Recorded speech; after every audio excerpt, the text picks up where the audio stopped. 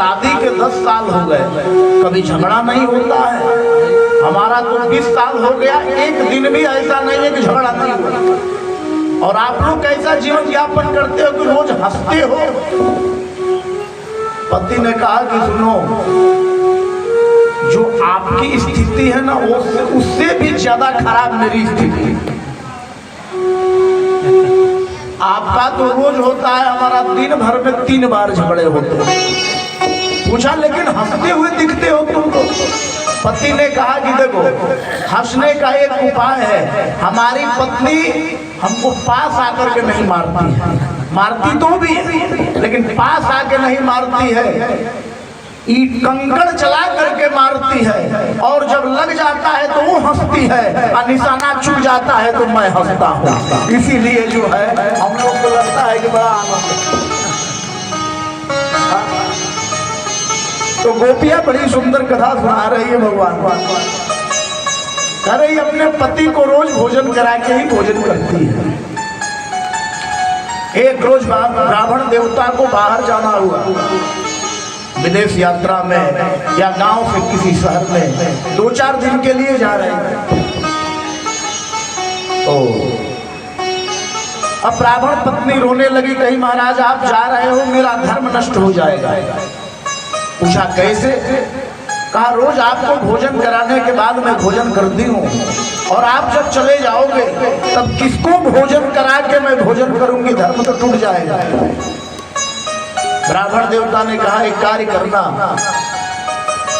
मेरा एक चित्र बना लो मिट्टी का, मैं बाहर रहूं, आप चित्र के सामने भोजन रख करके भोग लगा देना, फिर पा लेना।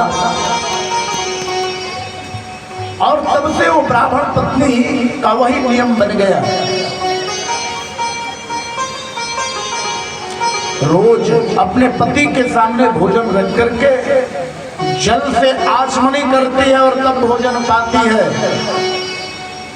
भगवान कृष्ण को गोपियां कहती इस कथा से, कान्हा तूने कुछ सीखा, तूने कुछ संदेश मिला? भगवान कन्हैया ने कहा हमें कुछ मिला या ना मिला,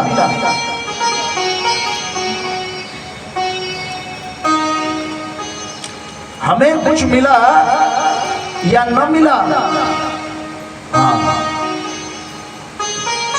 तो तुम लोगों को एक बात बताना चाहता हूं। कहा क्या? कहा मूर्ति में बैठे हुए पति के चित्र की सेवा न करो, छवि की सेवा मत करो, अपने चरित्र की इतनी सेवा करो कि पति प्रसन्न हो जाए। भगवान कृष्ण ने स्वयं बता दिया, चरित्र की सेवा करो। और तुम लोग अपनी चरित्र से हट रही हो। इस प्रसंग पर महाराज जी बड़ी एक सुंदर बात कहते थे कि कोई अगर, देखो एक सीखने वाली बात महाराज जी यहां कहते थे कि दूसरे की पत्नी अगर पराये पुरुषों पर डोरा डाले तो उसके लिए क्या करेगा। तो महाराज जी प्रसंग पर कहते थे कि रामचरितमानस के सुपनखा प्रसंग को पढ़ लेते, पूरी बात समझ में आ जाएगी। सुपनखा जब राम जी से कहती है कि आप मुझसे विवाह करो, आप कुमार मुझे बहुत प्रसन्न हो, तो भगवान राम ने सुपनखा की तरफ नहीं देखा। पूछा गया कहां देखते हैं?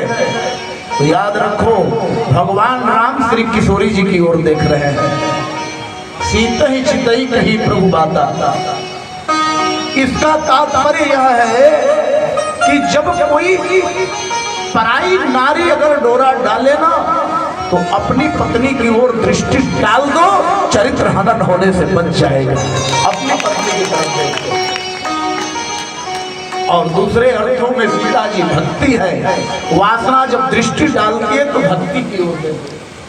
भगवान कृष्ण ने कहा अपने अपने पतियों को छोड़ करके बंसी का स्वर सुन करके आई हो, चित्र की छवि करने, चित्र की पूजा करने, चरित्र की पूजा करो, चरित्र की।